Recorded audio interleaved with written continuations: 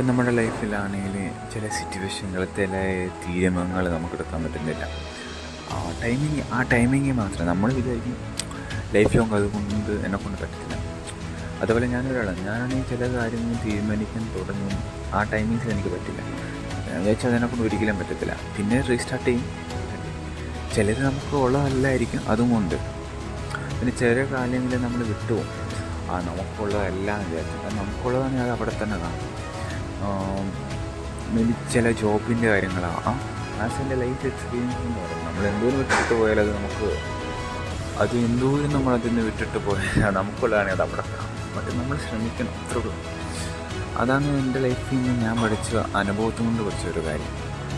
ഇപ്പം ലൈഫിലാണെങ്കിൽ ഇപ്പം ബിസിനസ് മാത്രമല്ല എല്ലാ ഫീൽഡിൽ നമ്മൾ സ്റ്റുഡൻസിന് ചില ഫീൽഡാണ്. അതായത് ഒരു സിറ്റുവേഷൻ ഉണ്ടാവും. ഇപ്പോൾ ബിസിനസ്സിലാണെങ്കിൽ സെയിൽസിലാണെങ്കിലും ബിസിനസ്സൊക്കെ നമ്മൾ ചില ഡിസിഷൻ എടുക്കാൻ റോങ് ആവും.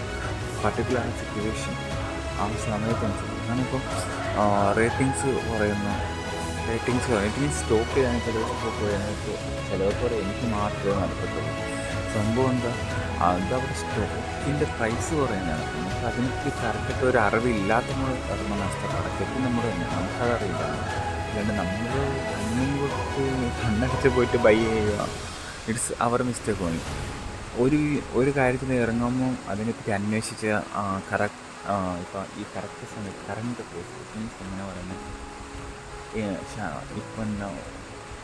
ഇപ്പം അതെങ്ങനെയാണ്, ഇപ്പോൾ കറക്റ്റ് ടൈമിൽ അതിൻ്റെ വാല്യൂ എങ്ങനെയാണ്, അതെല്ലാം തപ്പിട്ട് വേണം പോകാൻ. ഒരു വെച്ച് അന്വേഷിച്ചിട്ട് വേണം നമ്മൾ ലൈഫിൽ നമ്മളൊരു ഡിസിഷൻ എടുക്കാൻ നേരത്ത്. അല്ലെങ്കിൽ അത് റോങ്ങായി എന്ന് പറഞ്ഞിട്ട് നമ്മൾ ആരെയും കുറ്റപ്പെടുത്തിയിട്ട് ഒരു ഉപകാരമില്ല. ഇപ്പം നമ്മളൊരു പ്ലേസ് വിൽക്കാൻ നേരത്തോ ഒരു ബിൽഡിങ് വിൽക്കാൻ അപ്പാർട്ട്മെൻറ്റ് മേടിക്കാൻ നേരത്തോ അങ്ങനെയാവാം. അതാന്ന് പറയുന്നത് ആ സിറ്റുവേഷൻ. ഇപ്പം നോർമൽ സിറ്റിയിലാണെന്ന് വിചാരിച്ചു ഒരു 2 BHK റൂം എടുക്കാം. അതുകൊണ്ട് ഇപ്പം നോർമൽ ഒരു സിറ്റി പ്ലേസ് പറഞ്ഞാൽ അറൗണ്ട് 45K 50 55 60 75 ആ രീതിയിലായിരിക്കും അറൗണ്ട് റേറ്റിങ്സ് വരും. എങ്ങനെ പോയാലും മീൻസ് വലിയ ഹൈവേ അങ്ങനെയൊന്നുമില്ല, ആൾമോസ്റ്റ് ഒരു സിറ്റി. ബട്ട് അതിൽ നടക്കൊരു ഇപ്പം നാഷണൽ ഹൈവേ ഒക്കെ വരുന്നുണ്ട്. അതിൻ്റെ പണിയൊക്കെ വരുന്ന മീൻസ് വർക്ക് കംപ്ലീറ്റ് ആയി വരുവാണെങ്കിൽ റേറ്റ് 2 ഇരട്ടി കൂടും. ഇപ്പോൾ എൻ്റെ അടുത്തൊരു പ്ലേസ് അങ്ങനെ റേറ്റ് കൊടുക്കുന്നു. ഇപ്പോൾ ഒരാൾക്കാർ എനിക്കറിയാവുന്ന കുറച്ച് ആൾക്കാരാണ്. അവർ പ്രോപ്പർട്ടി കൊടുത്തു കഴിഞ്ഞിട്ടാണ് ഈ സ്കീം അവരറിഞ്ഞത്, ഇത് നാഷണൽ ഹൈവേയുടെ. അപ്പം മേടിച്ചേക്കത് 4 ലാഭത്തിലാണ് പ്ലേസ് ഉള്ളത്. അപ്പം നമ്മുടെ പ്രശ്നമില്ല, ചിലത് ടൈമിങ്സും സിറ്റുവേഷനാണ്. ബട്ട് ഒരു ലൈഫിലാണെങ്കിൽ നമ്മൾ ഡിസിഷൻ ഇപ്പോൾ എടുക്കാൻ നേരത്ത് ഉറച്ച് ചിന്തിച്ച് ആലോചിച്ചിട്ട് പോയി എടുക്കുക. പിന്നെ ഇപ്പം ബിസിനസ്സിൽ കുറേ ആൾക്കാരാണ്, നല്ല നല്ല ഐഡിയാസുമാണ്, അവർക്ക് നല്ല സ്കിൽസും ഉണ്ടാവും, അതെല്ലാം ഉണ്ടാകുമായിരിക്കും. പക്ഷെ എന്നാ പറയുന്നത്, അവിടുത്തെ ആ സിറ്റുവേഷൻ ഒരു ജോബില്ല, അല്ലെങ്കിൽ അവർ വിചാരിക്കുന്ന ഓപ്പർച്യൂണിറ്റീസ് കിട്ടുന്നില്ല. അതിൻ്റെ പ്രോബ്ലം കൊണ്ടാണ് അവരുടെ ലൈഫ് അങ്ങനെ ആവുന്നത്. ചിലർക്ക് നല്ല നല്ല ബിസിനസ് ഐഡിയ സക്സസ് ആകുമ്പോൾ 100% ഉറപ്പുണ്ടായിരിക്കും. പക്ഷേ ഫൈനാൻഷ്യൽ സപ്പോർട്ടില്ല, അത് ആരുടെ ചോദിച്ചാൽ അത് തരത്തുമില്ല.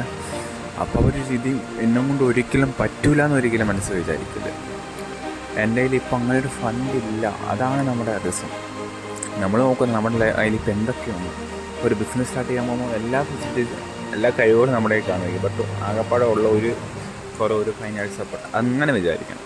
അപ്പോൾ പിന്നെ പറ്റും, പറ്റത്തില്ല എന്ന് ഒരിക്കലും വിചാരിക്കില്ല. ചിലത് സിറ്റുവേഷന് കാരണം കൊണ്ടുണ്ടാകുന്ന പ്രോബ്ലങ്ങളുണ്ടാകും. ഇപ്പം എൻ്റെ കാര്യം പറയുകയാണെങ്കിൽ എൻ്റെ ഈ സിറ്റുവേഷനിൽ എനിക്ക് ഈ വീഡിയോ എടുക്കാൻ വെച്ചാൽ അത്രയ്ക്ക് സിറ്റുവേഷൻ്റെ ശരിയില്ല. എന്നിട്ട് ഞാൻ എൻ്റെ ട്രൈ ചെയ്യുന്നുണ്ട്. അത്രയും ഷാർപ്പില്ല എന്നറിയാം. പക്ഷേ next time it was clear. അതുകൊണ്ട് നമ്മളുള്ള സിറ്റുവേഷനെ നമുക്ക് എങ്ങനെ തുടങ്ങാൻ പറ്റുമോ ആ രീതിയിൽ തുടങ്ങും. It will improve.